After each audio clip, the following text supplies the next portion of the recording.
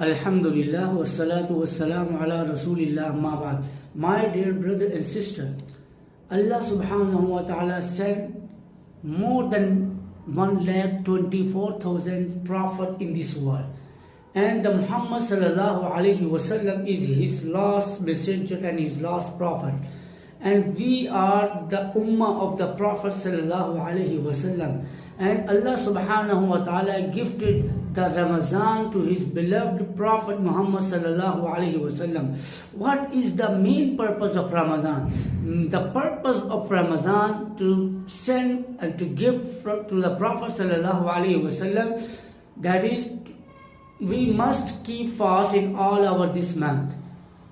30 days, 29 days. So we must keep fast. So what is the meaning of fasting? Fasting meaning we must stop having and drinking water, eating food, and having, fulfill the demands and requirements of our body with our wives.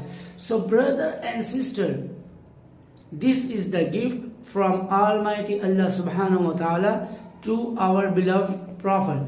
So the Ramazan required to be the most pious and righteous near to Allah subhanahu wa ta'ala with the keeping fast. Allah subhanahu wa ta'ala says in the Holy Quran, Ya yulamnu kutiba alaykumus siyam. Oh, who you believe, we have obligatory the fast of this month upon you. And if you keep this fast, kutiba alaykumus siyamu kama kutiba alal ladzina min qablikum, as those people have already kept the fast before you. Might be you will be the righteous.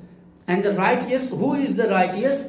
Inna akramakum indallahi atqakum. Allah subhanahu wa ta'ala says in the Holy Quran in Surah Hujurat, Inna akramakum indallahi atqakum. Oh my beloved, oh my believers, if you want to be the righteous to me, so what is the taqwa and what is the righteous near to Allah subhanahu wa ta'ala? And who is the righteous? The person who avoids from committing the sins. This is the way. And the second thing, he always obey Allah subhanahu wa ta'ala. First thing, he stop committing sins. Second thing, he always following the commandment of Almighty Allah subhanahu wa ta'ala and obeys Allah subhanahu wa ta'ala in all the matters, in all the affairs. Whatever he is taught and whatever he desired and wish. So he first think that what Allah commands to me, what the Prophet sallallahu alaihi